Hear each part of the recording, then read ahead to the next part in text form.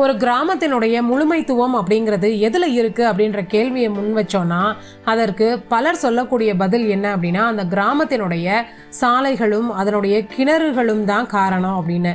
இன்னும் சிலர் சொல்கிறாங்க அந்த கிராமத்தினுடைய மைய பகுதிகளில் அமைந்து இருக்கக்கூடிய கோயில்கள் தான் காரணம், கோயில் மணிகள் தான் காரணம் அப்படின்னு. மேலும் சிலர் சொல்கிறாங்க அந்த கிராமத்தில் இருக்கக்கூடிய ஆலமரங்கள் தான் காரணம் அப்படின்னு. எது எப்படியானாலும் மக்களாபுரத்தை பொறுத்த வரைக்கும் இது முற்றிலுமாக மாறுபட்டதாகவே இருக்குது. ஏன் அப்படின்னா, மக்களாபுரம் கிராமத்தினுடைய ஒவ்வொரு குடும்பத்தினுடைய செருப்பு தைக்கக்கூடிய அந்த தொழிலாளி தேநீர் கடைக்கு வெளியில் ஒரு தனியான தேநீர் டம்ளரில் தேநீர் அருந்தி கொண்டிருக்கிறாரு, தூசி படிந்த அந்த சாலையில் அமர்ந்து.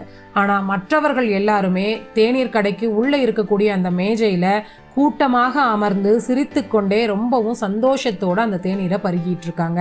இந்த சூழல் அப்படிங்கிறது நிச்சயமாக மாறியே ஆகணும். சாதிகளினுடைய மறுக்கப்படாத விதிகள் இன்னும் அந்த செருப்பு தைக்கக்கூடிய தொழிலாளியை கைக்கு எட்டப்படாத தூரத்திலேயே வச்சிருக்கு அப்படின்னு தான் சொல்லணும். அவருடைய திறமை வரவேற்கப்படுவதாக இருந்தாலும் கூட அவருடைய இருப்பு அப்படிங்கிறது அந்த வரவேற்கப்படவில்லை அப்படிங்கிறது தான் நிதர்சனமான உண்மை. 2 பசங்களுக்கு தாயாக விளங்கக்கூடியவர் தான் அமுதா. இவர் தன்னுடைய கணவரை ஒரு கட்டுமான விபத்தில் இழந்ததுனால விதவையாக நிற்கிறாரு. ஆனால் இவங்களுக்கு அந்த கணவனுடைய ஓய்வூதியம் அப்படிங்கிறது ஒவ்வொரு வருஷமுமே புதிரானதாக தான் இருக்குது.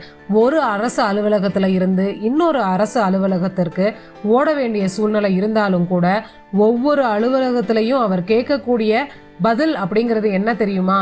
உங்களுடைய விண்ணப்பம் இன்னும் செயல்பாட்டில் இருக்குது அப்படிங்கிறது தான். தன்னுடைய 2 குழந்தைங்களையும் படிக்க வைக்கிறதுக்காக அவங்க வீட்டு வேலைக்கு போகிறது, அப்பளம் சுருட்டுறது, கோயில் படிக்கட்டுகளில் பூக்கள் கட்டி விற்கிறது அப்படின்ற மாதிரியான பல வேலைகளை செய்து ரொம்பவே கஷ்டப்பட்டு தான் அந்த குழந்தைகளை அவங்க பாதுகாப்பாக வளர்த்துட்டு வராங்க. ஆனால் ஒவ்வொரு வருஷமுமே புதிய புதிய படிவங்களை பழைய அந்த ஆவணங்களை இணைச்சு பூர்த்தி செஞ்சு தான் கொடுத்துட்ருக்காங்களே தவிர ஒவ்வொரு ஆண்டும் அவங்க வீடு திரும்புறது என்னவோ வெறும் கையோட தான். அவங்களுக்கான சரியான பதிலும் கிடையாது, சரியான விளக்கமும் கிடையாது, கிடைக்கக்கூடிய அந்த ஓய்வூதியமும் கிடைப்பது கிடையாது. ஒரு காலத்தில் ரொம்பவே பிரபலமான விவசாய தொழிலாளி தான் ஆனந்த் அறுவடையின் போது ஒரு டிராக்டர் விபத்தில் தன்னுடைய 2 கால்களையுமே இழக்க நேரிடுச்சு. தன்னுடைய வாழ்க்கைக்கு தேவையான அடிப்படை ஆதாரத்தை அரசாங்கம் நமக்கு கொடுக்கும் அப்படின்றத நம்பி மாற்றுத்திறனாளி சான்றிதழ் விண்ணப்பிக்கணும்னு அவர் நினைச்சாரு. ஆனா தன்னுடைய மாற்றுத்திறனாளிகளுக்கான அந்த 2 சக்கர வண்டி அப்படிங்கிறது பஞ்சாயத்து பவன் அமைந்திருக்கக்கூடிய அந்த குறுகிய சாலைக்குள்ள போகாது அப்படிங்கிறதுனாலையும் அந்த படிவங்கள் அப்படிங்கிறது மிகவும் நீளமானதாகவும் குழப்பம் தருவதாக இருக்கும் அப்படிங்கிறதுனால அவருக்கு உதவிக்கு யாராவது வேணும் அப்படிங்கிறதுனாலையும் அதிகாரிகள் எல்லாம் அபூர்வமாகத்தான் வேலைக்கு வருவாங்க அப்படிங்கிறதுனாலையும் ரொம்பவே சங்கடப்பட்டாரு திரு ஆனந்த் அவர்கள். ஏன் அப்படின்னா அவரால் பஞ்சாயத்து பவனுக்குள்ள தன்னுடைய மாற்றுத்திறனாளி வண்டியிலையும் போக முடியாது, அந்த நீளமான படிவங்களை தன்னால் சுயமாக நிரப்புவதற்கான அந்த படிப்பறிவும் அவருக்கு சற்று குறைவு அப்படிங்கிறதுனாலையும் ரொம்பவே சிரமப்பட்ட நிலையில காணப்பட்டாரு ஆனந்த் அவர்கள். இப்படிப்பட்ட ஒரு சூழ்நிலையில தான் வேற வழியே இல்லாம ஊர்ந்து போய் பஞ்சாயத்து பவனுடைய வாசல்ல அமர்ந்து யாராவது தனக்கு உதவிக்கு வருவாங்க அப்படின்ற நம்பிக்கையோட காத்துட்டு இருந்தாரு திரு ஆனந்த் அவர்கள். இப்படியெல்லாம் கிராம மக்கள்ல சிலர் பலவிதமான பிரச்சனைகளை அனுபவிச்சுட்டு இருக்கும்போது ஒரு கிராமம் அப்படிங்கிறது எப்படி முழுமைத்துவம் பெறுவதாக இருக்கும்? மக்களினுடைய பார்வையில இதெல்லாம் சத்தியவதியினுடைய புள்ளி விவரங்கள்ல காணப்படாத விஷயங்களாக இருந்தாலும் கூட சத்தியவதி இதெல்லாத்தையும் தான் மாற்றணும் அப்படின்னு சொல்லி அவங்க கையில எடுத்தாங்க. அனைவருக்கும் வணக்கம். அன்பார்ந்த மக்களாபுரம் மக்களே, இன்னைக்கு கதை வெறும் சுவர்களை பற்றியது இல்லை, ஜன்னல்களை பற்றியதும் இல்லை. நாம் திறக்க மறந்த ஜன்னல்கள். ஏன் அப்படின்னா நம்ம சாலைகளை கட்டுறதுலையும் சுகாதார மையங்களை சரி செய்யறதுலையுமே மும்மரமாக இருந்தப்போ வேறு ஏதோ ஒன்று அமைதியாக நம்மளை நோக்கி அழைப்பு விடுத்திருக்கு. அதுதான் பின்தங்கிய மக்கள். நல்லாட்சி மற்றும் சமூக பாதுகாப்பு அப்படின்ற உண்மையான வளர்ச்சியினுடைய மையத்தை பற்றி தான் நம்ம இன்னைக்கு பேசிகிட்டு இருக்கோம். இந்த வார்த்தைகள் எல்லாம் கேட்குறதுக்கு ரொம்ப பெரிய வார்த்தைகளாக இருக்கலாம், ஆனால் உண்மையான அர்த்தம் என்ன அப்படின்னு சொல்லி பார்த்தோம்னா, கிராமத்தில் இருக்கக்கூடிய மக்கள் அனைவருமே பாதுகாப்பாக இருக்கிறாங்களா, அவங்க கேட்கப்படுறாங்களா, ஆதரிக்கப்படுறாங்களா அப்படிங்கிறது தான் இதனுடைய எளிமையான அர்த்தமாக பார்க்கப்படுது.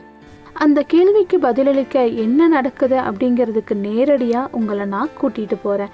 கடந்த வாரம்தான் சத்தியவதி பஞ்சாயத்து அலுவலகத்தில் நுழைந்து அனைவரையும் அமைதி செய்கிற வகையில் ஒரு கேள்வியை கேட்டாங்க. லக்ஷ்மி அம்மாவோட ஓய்வூதியம் எங்கே? அனைவருக்குமே லக்ஷ்மி அம்மாவை தெரியும். 70களில் வயதான பெண்மணி. அவரோட ஒரே மகன் வேலை தேடி கோயம்புத்தூருக்கு போயிருக்கான். மக்களாபுரத்தினுடைய விளிம்பில் தனியாக வசிச்சுட்டு வந்தாங்க. 2 வருஷத்துக்கு மேலாக அவங்க தன்னுடைய முதியோர் ஓய்வூதியம் வரும் வரைக்கும் பொறுமையாக காத்திருந்தாங்க. குறைஞ்சது 5 தனித்தனி சந்தர்ப்பங்களில் பஞ்சாயத்து அலுவலகத்துக்கு நடந்து செஞ்சாங்க. ஒவ்வொரு முறையும் திருவிழாக்கு பிறகு திரும்பி வாங்க, அது செயல்படுது, நாங்கள் ஒரு பட்டியலுக்காக காத்திருக்கிறோம் அப்படின்னு சொல்லி உறுதிமொழிகளை அவருக்கு வழங்கிட்டாங்க. இப்போ இவ்வளவு காத்திருப்புக்கு அப்புறம் அவங்களுடைய பெயர் அதிகாரப்பூர்வ பயனாளி பதிவேட்டில் கூட இல்லை அப்படின்னு சொல்லி தெரிய வந்ததும் ஒரு முறை கூட யாரும் அவங்க கிட்ட திரும்ப போகவே இல்லை. ஒரு முறை கூட அவளுக்கு உண்மை சொல்லவே இல்லை. அதுக்கப்புறம் ஒரு குக்கிராமத்தை சேர்ந்த அமைதியான பெண் விமலா பிரதான கிராமத்திலிருந்து விலகி கால்வாய்க்கு பக்கத்துல தூசி நிறைந்த பாதையினோட குறுக்கே நின்னாங்க. அவளுக்கு பிரசவ வலி தொடங்கிய போது எந்த ஆஷா பணியாளர்களும் வரல, ஆம்புலன்ஸும் கூப்பிடல, எந்த ஒரு மருத்துவருக்கும் தகவலும் தெரிவிக்கப்படல. கடன் வாங்கிய கட்டில அவ தன்னுடைய மகனை பெற்றெடுத்தா. பாதுகாப்பான பிரசவம் நிறுவன பராமரிப்பை உறுதி செய்யறதுக்காக உருவாக்கப்பட்ட ஜனனி சுரஷா யோஜனா அப்படிங்கிறது அவர் அப்பப்போ கேட்ட மற்றொரு பேராக தான் இருந்துச்சு. யாரும் அதை விளக்கவும் இல்லை, யாரும் அதை விண்ணப்பிக்க உதவவும் இல்லை, யாருமே கவனிக்கவும் இல்லை. இது ஒன்றும் ரொம்ப அபூர்வமான கதையெல்லாம் கிடையாது. இவைகள் எல்லாமே நம்முடைய அண்டை நாடுகள் தான். அண்டை நாடுகள் நமக்கு ஒரு முக்கியமான விஷயத்த கற்றுக் கொடுக்குது. என்ன அப்படின்னு சொல்லி பார்த்தீங்கன்னா, நமக்கு திட்டங்கள் அப்படிங்கிறது மட்டும் இருந்தா பத்தாது. அந்த திட்டங்களை சிறப்பான முறையில் செயல்படுத்துவதற்கான அமைப்புகளும் வேணும். இந்த அமைப்புகளை தான் நாம நல்லாட்சி அப்படின்னு அழைக்கின்றோம். அதனால தான் சத்தியவதி ஒரு துணிச்சலான முடிவையும் எடுத்தாங்க. மேலும் அது எல்லாத்தையும் விட கடினமான விஷயத்தோடையும் தொடங்கினாங்க. கண்ணுக்கு தெரியாததை கொண்டு வர்றது தான் அது. அவர் என்னைய ஒரு கிராம சபைக்கு அழைச்சாரு. அந்த கிராம சபை வழக்கம் போல கிராமத்தினுடைய மைய பகுதியில வச்சு நடக்காம தலித் பகுதியில வச்சு நடந்துச்சு. அந்த கிராம சபையில நிறைய மக்கள் அவங்களுடைய மௌனத்தை கலைச்சு இது வரைக்கும் பேசாதவங்க கூட முன் வந்து பேசுனாங்கன்னா பாத்துக்கோயேன். மாற்றம் அவசியம் அப்படிங்கிறத சத்தியவதி புரிஞ்சுட்டாங்க. ஆனால் அது கிராமத்தினுடைய செயல்பாட்டு முறையில் முழுமையான மாற்றத்தை கோரும் அப்படின்னு சொல்லி அவ எதிர்பார்க்கவே இல்லை. இருந்தாலுமே அவங்க உறுதியாக இருந்தாங்க. அவங்களுடைய தலைமையில் ஏதாவது ஒரு அர்த்தம் இருந்தால் ஒவ்வொரு குரலும் கேட்கப்படுறதையும் ஒவ்வொரு கஷ்டமும் நேர்மையோட அவசரத்தினுடையும் தீர்க்கப்படுவதையும் உறுதி செய்கிறது தான் அதனுடைய நோக்கமாகவும் இருந்துச்சு. எல்லாத்துக்கும் மேலாக மக்கள் அவளை தேர்ந்தெடுத்ததற்கும் இதுதான் காரணம். அவங்க அவளை திருப்பி அனுப்பி இருக்கலாம், அவளை ஒரு அந்நியன் அப்படின்னு சொல்லியும் நிராகரிச்சு இருக்கலாம். ஆனால் அவங்க அந்த மாதிரி செய்யலை. அவங்க அவ மேலே நம்பிக்கை வச்சிருந்தாங்க. அவங்களால அவளை திருப்பி அனுப்பவும் முடியுமா? ஒருபோதும் இல்லை. அவங்க தங்களுடைய இதயங்களையும் நம்பிக்கைகளையும் அவகிட்ட திறந்த போது இல்லை. அந்த நாளுக்கு அப்புறம் பஞ்சாயத்து அதனுடைய செயல்பாட்டு முறையை மாற்றுச்சு. அவ ஒரு கிராம சமூக பாதுகாப்பு குழுவை உருவாக்கினார். சுய உதவி குழு பெண்கள், இளைஞர்கள் மற்றும் ஓரங்கட்டப்பட்ட குழுக்களை சேர்ந்த முதியவர்கள் அடங்கிய ஒரு குழு.